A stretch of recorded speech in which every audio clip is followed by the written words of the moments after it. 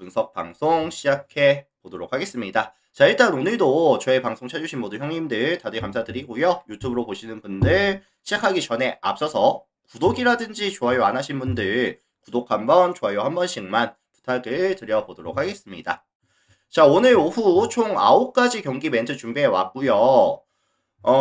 유튜브로 보시는 분들은 멤버십이 오픈이 되어 있거든요. 전체 경기 분석표라든지 주목할 만한 경기들 체크해보고 싶다라고 하시는 분들은 많은 관심 또 참여까지 부탁을 드려보도록 하겠습니다.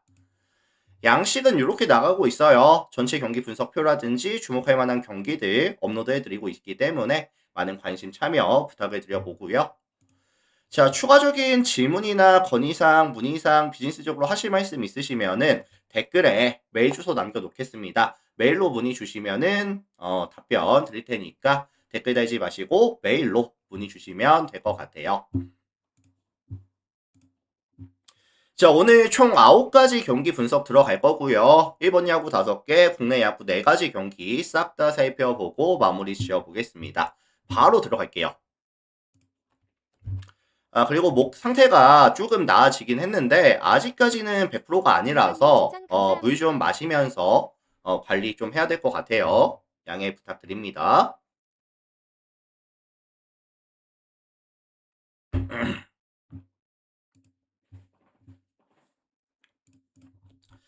자, 가장 먼저 살펴볼 경기는 라쿠텐과 세이브 경기 먼저 살펴볼게요. 라쿠텐, 세이브. 자, 사실 양 팀의 선발들이 시즌 출발이 상당히 산뜻합니다. 라쿠텐 선발 타카이사 같은 경우에도 두 경기 나와서 14이닝 동안 3자책 0.64의 WHP와 1.93의 ERA. 타이라 같은 경우에도 선발 전환했는데 4번의 경기에서 30이닝 동안 0.8의 WHP와 0.6의 ERA. 둘 다 되게 잘 던지고 있거든요. 자, 타카이사 같은 경우에는 이제 뭐 오릭스 만나서도 잘 던졌고 지바 만나서도 잘 던졌고 7이닝 이상 2실점 이하 경기를 가져오고 있는 상황인데 사실 이 친구가 한 144kg 정도 되는 페이스볼에다가 뭐 커터, 뭐 슬라이더 커브 체인지업 스플릿까지 다양한 레파토리를 보여주지만 페이스볼에 대한 의존도가 조금 높은 편이긴 하거든요. 그리고 세이브가 이번 시즌 생각보다 자완 투수 공을 잘 쳐요. 자완 만났을 때 팀 OPS가 몇이냐면은 0.734 기록하면서 리그 전체 4위에다가 최근 5경기 평균 득점이 7.2득점씩 가져가는 구간. 어제 1차전에서도 18출루 9득점, 뭐 타선에서의 집중력이라든지 득점 지원이 나쁘지 않았었거든요. 그래서 저는 사실 다카이사에 대한 기대값을 높게 잡지는 않을게요. 자, 반면에 세이브의 선발은 타이라 등판합니다. 이제 클로저에서 선발로 전환한 1년차고요. 153kg짜리 페이스볼이라든지 투심, 커터, 슬라이더, 체인지업, 스플릿까지 빠른 구속, 강한 구위, 완성도 있는 스플릿까지 던져줄 수 있는 자원인데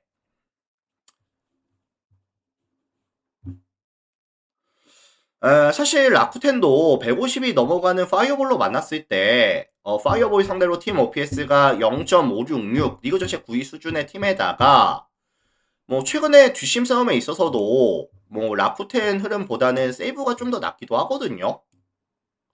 그래서 요거는 사실 세이브가 굳이 역배를 받을 타이밍은 아니다 라는 생각이 들고 있고 타카이사를 먼저 공략해주고 불펜 구간에서도 마진을 유지해줄 수 있는 게임이라고 저는 생각을 합니다.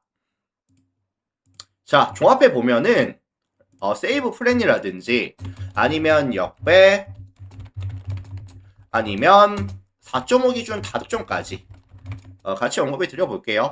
양팀의 선발들이 되게 잘 던지고 있다 보니까 기준점이 조금 낮은 것 같은데 요거는 다득점 말씀드려볼게요. 참고하시고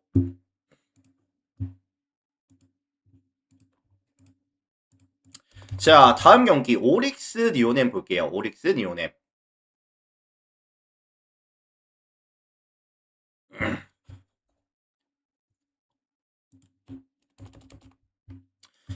자, 원정팀 니오넴이 1차전 내주고 2차전 내주고 지금 4연패에다가 수입까지 당할 수 있는 위기에 처해 있어요.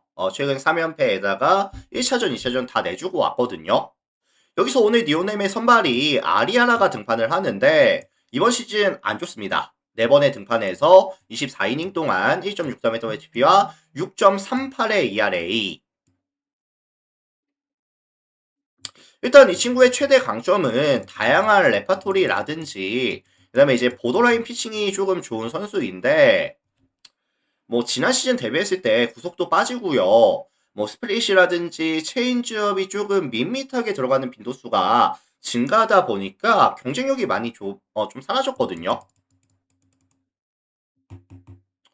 이거 사실 오릭스 같은 경우에도 워낙에 또 컨택 능력이 뛰어난 팀이다 보니까 아리아라가 그렇게 좀 밋밋하게 들어오는 뭐 변화구들이라든지 구속이 빠진 직구를 던졌을 때 저는 좀 대응이 된다고 봐요. 그리고 사실 뭐 아리아라의 피칭 내용 자체도 문제겠지만 팀 내부적으로도 최근 니오넴의 야수들에 대한 집중력이 많이 떨어지고 있고요. 시책률이 증가하고 있다는 부분 역시도 꽤나 크리티컬한 리스크라고 생각을 합니다.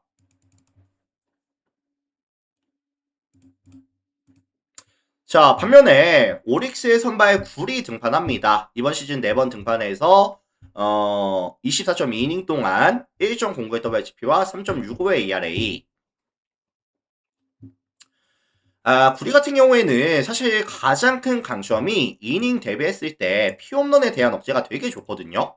뭐 정타에 대한 억제도 좋고 피홈런에 대한 억제도 좋고 이번 시즌 출루 자체를 잘 억제해주고 있는 구간이라고 한다면 사실 니오넴의 이런 뻔지력을 억제해주기 위해서 상성이라든지 오늘 오릭스의 홈 구장에서 가져가는 점이라든지 감안해 봤을 때 요거는 오릭스 프렛 또는 역배 또는 저득점에 대한 가능성까지 같이 언급을 드려보겠습니다. 자, 그래서 요거는 오릭스 프렌이나 뭐 수입전이기는 한데 역배나 아니면 저득점 가능성까지 같이 언급을 드려보겠습니다. 참고하시고요. 자, 넘어갈게요. 주니치랑 야쿠르트 보겠습니다. 주니치, 야쿠르트.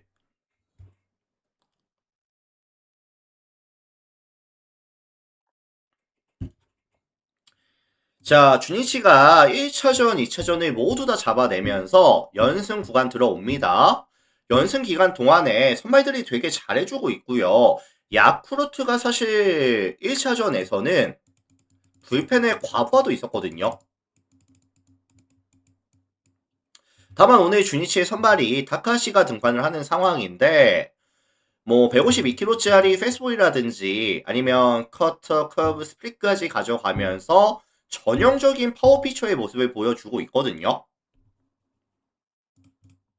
근데 사실 이번 시즌 문제가 뭐냐면은 구속이 빠지진 않았어요. 근데 이제 몰리는 실투성 공이 많고요. 조금 볼질도 많아지고 있고 정교한 커맨드가 잘 안 되고 있거든요. 그리고 뭐 사실 야쿠르트란 팀 자체가 파이어볼로 만났을 때 타이밍이 또 전혀 안 맞는 팀은 아니다 보니까 뭐 저는 다카시에 대한 기대값을 한 뭐 6이닝 정도? 이제 한 2실점, 3실점 정도 완벽 투는 안 된다고 저는 봅니다. 그리고 사실 다카시 이후에 불펜이 조금 문제인데 가장 흐름이 괜찮은 메이야가 지금 연투 중이고요. 마치야마가 어제 괜찮았는데 아직까진 좀 불안해요. 좀 믿을 수 있는 구간은 아니고 투수 운영에 대한 난이도가 되게 좀 높을 것 같거든요. 자, 반면에 원정팀 야쿠르트 보겠습니다. 자, 야쿠르트 오늘 선발 오쿠가와가 등판을 하는데 148kg짜리 페이스북이라든지 커브 슬라이더 스플릿까지 4가지 구종 던지고 볼 끝이 되게 좋아요. 뭐 땅볼 유도 정타에 대한 억제가 되게 좋은데 사실 주니치가 이 오쿠가와 상대로 연속 안타 뽑기가 그렇게 쉽지는 않아 보이거든요. 그리고 사실 불펜 구간은 뭐 퀴하다부터 시작을 해서 뭐 토모야라든지 뭐 기자와라든지 전부 다 또 출격이 가능한 구간이다 보니까 요거는 사실 야쿠르트가 수입은 조금 피해주지 않겠느냐, 면하면서 경기를 좀 가져와 줄 수 있지 않겠느냐, 야쿠프렌 역배 다득점에 대한 가능성, 주니치의 높은 투수 운영 난이도를 감안했을 때 야쿠프렌 역배 다득점 가능성까지 같이 언급을 드려볼게요. 자, 종합해 보면은 야쿠프렌 역배 아니면 다득점까지 같이 언급을 드려보도록 하겠습니다. 자, 다음 경기 요코하마 요미우리 볼게요. 요코하마 요미우리. 자, 지금 양 팀이 1승씩을 챙겨가고 있는 상황에서 오늘 3차전 대상 경기고요. 오늘 경기 위닝 가져가는 팀이 아무래도 이제 다음 주 또 이제 상승세를 또 탈 수 있는 기회를 가져갈 수 있다고 보거든요. 오늘 양 팀의 선발들은 안정감이 되게 좋습니다. 이시다와 이노우에가 등판을 하는데 사실 이시다 같은 경우에는 뭐 페이스볼이라든지 슬라이더, 체인지업까지 3피치 유형의 투수기는 한데 이번 시즌 9위도 괜찮고요. 커맨드도 되게 잘 되고 있거든요. 24.2이닝 동안 아직까지 피홈런이 없다는 부분도 굉장히 긍정적인 이슈라고 생각을 해요. 요미르가 사실 지금 뭐 타율도 많이 떨어지고 볼넷을 얻어내는 것도 아니고 펀치력이 나와주는 경기에서 조금 강점이 있는데 이 펀치력이 나와주기가 조금 어려울 수도 있겠다. 자, 반면에 원정팀 요미우리의 선발은 이노우에 등판합니다. 이번 시즌 3번 등판해서 17.2이닝 동안 1.13의 WHP와 2.55의 ERA 되게 잘 던지고 있는데 사실 요코하마의 타선 자체가 밸류가 되게 높은 팀은 맞아요. 근데 사실 요미와 1차전, 2차전을 가져가는 동안에 2득점, 2득점 가져가면서 요미우리 투수력이 조금 막히는 모습을 보여줬거든요. 그래서 경기 자체가 초접전, 저득점에 대한 가능성을 말씀해 드리고 싶고요. 사실 누가 이기진 잘 모르겠지만 뭐 요코하마의 프렌이라든지 1점차 승부라든지 또는 저득점에 대한 가능성까지 같이 언급을 드려보겠습니다.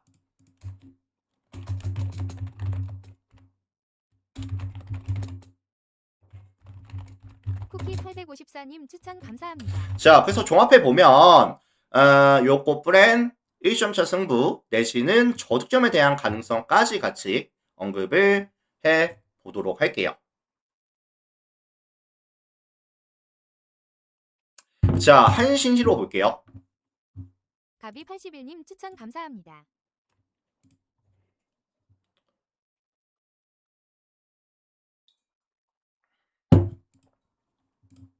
자, 한신히로 볼게요. 한신히로. 자, 어제 양 팀의 1차전은 다들 기억하시겠지만 12회까지 경기를 가져갔고요. 2대2로 타이로 경기를 마무리하고 왔습니다. 양 팀이. 뭐 히로시마의 투수들이 잘 던진 것도 있지만 사실 한신 같은 경우에는 17번의 출루를 가져가면서 단 2득점에 그치고 왔다는 점은 분명히 좀 아쉬움이 남습니다. 이길만한 경기였는데 경기를 무승부로 만들고 왔거든요. 자, 여기서 오늘 히로시마의 선발은 료지가 등판을 합니다. 이번 시즌 3번의 등판에서 23.1이닝 동안 0.56의 WHP와 1.16의 ERA를 기록하고 있는 상황인데 사실 지난 시즌 클로저로 활동할 때보다 더 좋거든요, 이번 시즌. 그래서 사실 뭐 선발이 좀 체질이 아니겠느냐 이런 생각도 좀 드는데 평균 8이닝 정도를 1실점급으로 막아주고 있다 보니까 히로시마 입장에서는 요지가 나왔을 때 좀 승리를 가져가야죠.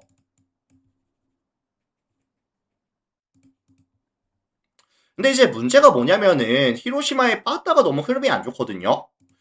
뭐 타율 리그 전체 12위 꼴찌, 볼넷 리그 전체 꼴찌, 홈런 리그 전체 꼴찌, 평균 득점 리그 전체 꼴찌, 최근 5경기에서는 평균 득점이 0.8득점, 리그 전체 꼴찌, 최근 5게임을 가져가는 동안에 3게임이 0득점이었거든요. 좀 암울하죠, 사실. 빠따 자체가. 그래서 사실 오타케가 요지보단 좀 불안한 건 사실이지만 히로시마의 빠따 기대값을 감안해 봤을 때 이 매치업도 역시나 접전 저득점에 대한 가능성을 말씀을 드리고 싶고요.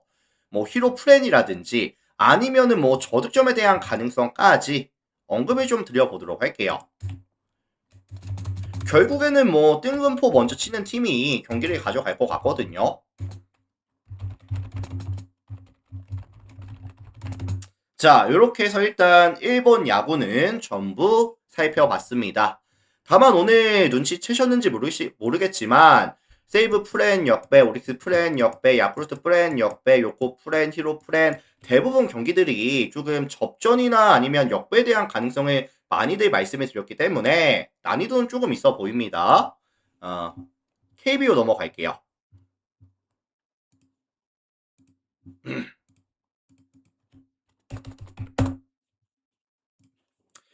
자, SSG KT 보겠습니다. SSG KT. 자, 홈팀 KT가 홈팀 SSG가 KT와 이제 2차전까지 잡아내면서 이제 5연승 구간에 들어오거든요. 근데 오늘 SSG의 선발이 앤서니 베니지아노가 등판을 합니다. 4경기 나와서 19이닝 동안 피안타 28개, 피홈런 2개, 볼넷 8개 내주면서 1.89의 WHP와 6.61의 ERA를 기록하고 있는 상황인데 명확하게 좀 부진하고 있어요. 근데 사실 KT의 빠따가 어제 좀 너무 좀 실망스러웠습니다. 타케타 상대로 전혀 타이밍을 맞추지 못했었고요. 그 다음에 이제 이번 시즌 자완투수 만났을 때도 팀 오페이스가 몇이냐면은 0.626, 리그 전체 9위까지 좀 떨어지고 있고요. 뭐 안현민이라든지 아니면은 허경민이 지금 빠지는 이런 빈자리를 전혀 메꿔주지 못하는 모습을 또 보여줬거든요.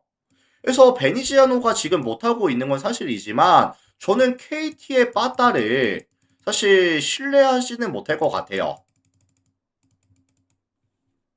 그래서 뭐 안현민이라든지 허경민이라든지 이런 친구들이 돌아오기 전까지는 조금 신뢰를 보내기가 좀 어려울 것 같습니다. 그리고 뭐 자완투수 상대로 약하기도 했었고요. 베니지아노 입장에서도 반등에 대한 가능성이 가장 높은 경기가 되겠죠.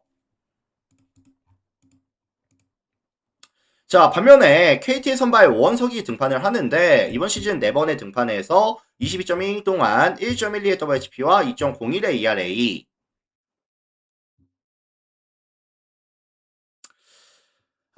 이번 시즌 되게 잘하기는 해요. 볼질에 대한 리스크도 많이 줄어들었고요. 근데 사실 SSG가 좌투 상대 워낙에 또 강했었고 커브 볼러 상대로도 타이밍이 괜찮다 보니까 이거 종합해 보면은 어제와 같은 약간 접전 저득점에 대한 가능성 정도만 봐주면서 넘어가도록 하겠습니다. 경기 자체에 대한 난이도는 조금 높다고 봐요. 참고하시고. 자, 9.5 언더만 말씀드려볼게요. 넘어갑니다. 자, 두산 LG 볼게요. 두산 LG. 자, 어제 양 팀의 2차전 좀 생각을 해보면은 두산이 사실 8회까지 2득점을 리드했었거든요. 근데 사실 지금 김태균이가 빠져있다 보니까 그 자리를 메꾸는데 실패하면서 경기를 5대7로 지고 왔습니다. 뭐 두산 입장에서는 굉장히 좀 뼈아픈 패배였고요. 원정팀 LG 같은 경우에는 경기를 잡기는 했지만 조금 아쉬운 점이 854님 실책이 추천 조금 많았었고 감사합니다. 실책 2개였었죠. 그 다음에 이제 유영찬이가 지금 빠져 있고요. 그 다음에 이제 누구야? 장현식이가 지금 연투 중이죠.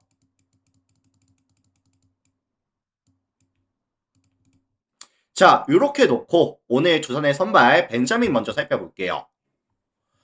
자, 벤자민 같은 경우에는 146kg짜리 페스볼이라든지 커터, 커브, 슬라이더까지 던져줄 수 있는데 페스볼에 대한 밸류라든지 브레이킹볼에 대한 밸류는 되게 높은 자원이거든요.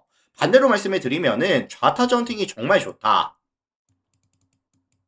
좌타자 상대 되게 강하고요. 다만 조금 아쉬운 점은 이닝 대비했을 때 뜬공 유형의 투수에다가 피홈런이 조금 높을 수는 있다. 근데 사실 LG가 이번 시즌 대부분 코어들이 좌타석으로 이어져 있고요.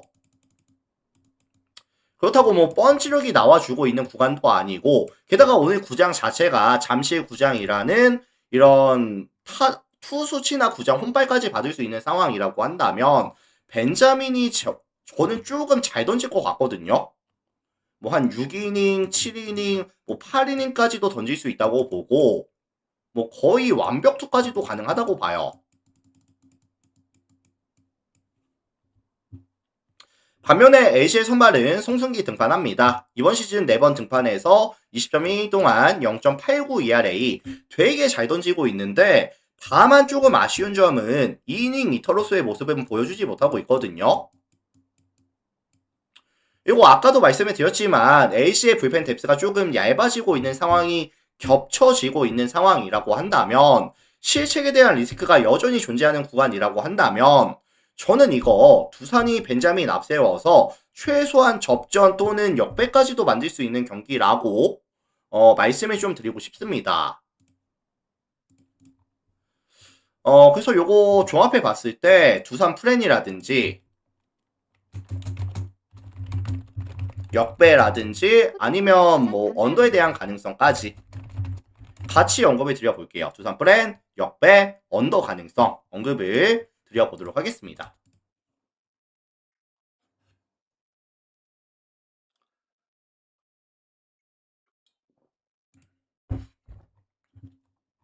자, 넘어갈게요.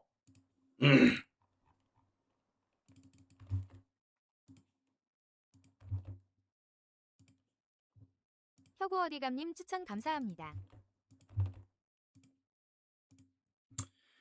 자, 다음 경기 보겠습니다. 기아 롯데 볼게요. 기아 롯데.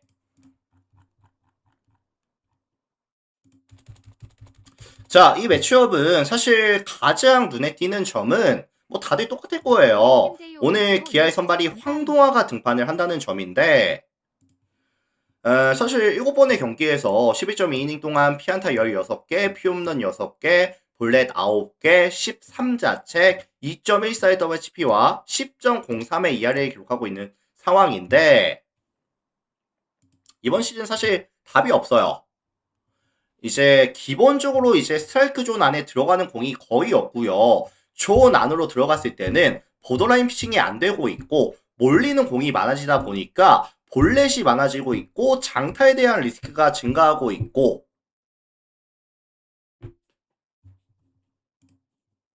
사실 롯데도 지금 뭐 타율 9위, 볼넷 꼴찌, 홈런 7위, 평균 득점 꼴찌, 최근 5경기 평균 득점 2.4득점 꼴찌 기록하고 있는 상황이기는 한데 황동화를 믿을 수는 없을 것 같거든요. 아무리 롯데에 만난다고 하더라도. 게다가 황동화가 뭐 한 3이닝, 4이닝 먹어주고 내려간다고 하면은 이 불펜에 대한 뎁스나 아니면은 어제 기아가 누구죠? 어제 클로저가 멀티이닝 먹고 성형타기도 멀티이닝을 먹고 온 상황이다 보니까 오늘 기아의 투수 운영 난이도는 높을 수밖에 없다고 봐요. 이게 운영이 잘 될까? 정말 쉽지 않아 보입니다. 자, 반면에 원정팀 롯데 선발 나균환이 등판합니다. 145kg짜리 페이스볼이라든지 커터, 스플릿까지 스리피치 유형인데 이번 시즌 되게 잘해요. 4경기 나와서 21.2이닝 동안 1.29의 WHP와 2.08의 ERA.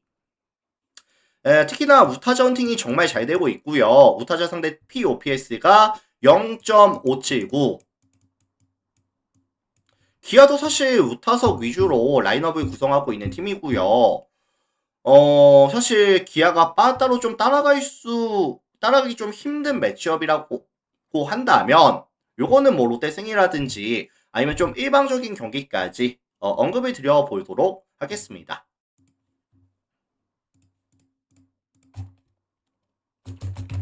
롯데 승 아니면 좀 일방적인 경기까지 참고하시면 될 것 같아요.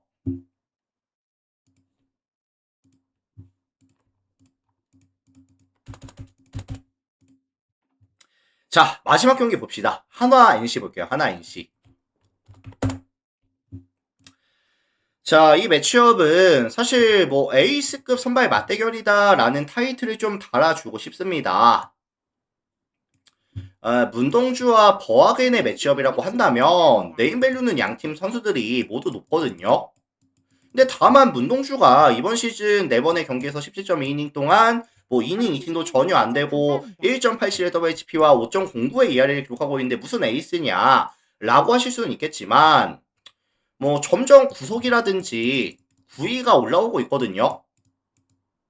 직전 경기에서는 152에서 153까지 뭐 구속도 나쁘지 않았고 구위도 괜찮아 보였어요. 그리고 NC가 사실 파이어볼로 만났을 때 약점도 조금 명확한 편이고요. 최근에 뭐 타격 내용 같은 경우에도 굉장히 공격적인 타격 내용을 가져가는 팀이다 보니까 문동주가 조금 볼이 빠져도 볼질을 가져간다고 하더라도 이게 상성에서 조금 이겨낼 수 있는 경기라고 저는 생각을 하거든요. 그래서 오늘 문동주에 대한 기대값은 반등 가능성을 조금 높게 잡아줄게요. 한 6이닝 이상 2실점 이하급 피칭도 가능하다고 봅니다. 자, 반면에 원정팀 NC 선발 버하겐 등판합니다. 4번의 등판에서 18.2이닝 동안 1.29의 WHP와 2.89의 ERA.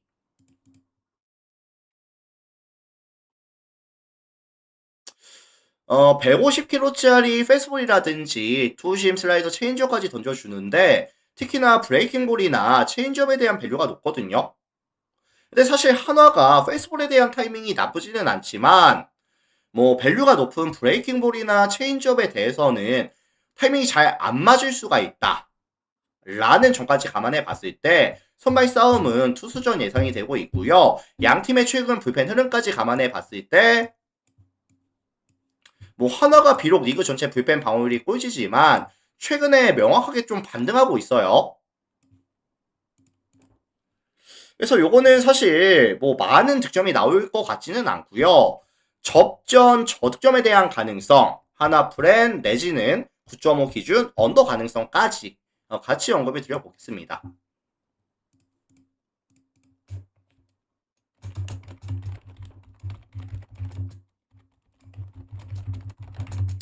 자, 이렇게 해서 일단은 마무리가 될 것 같고요.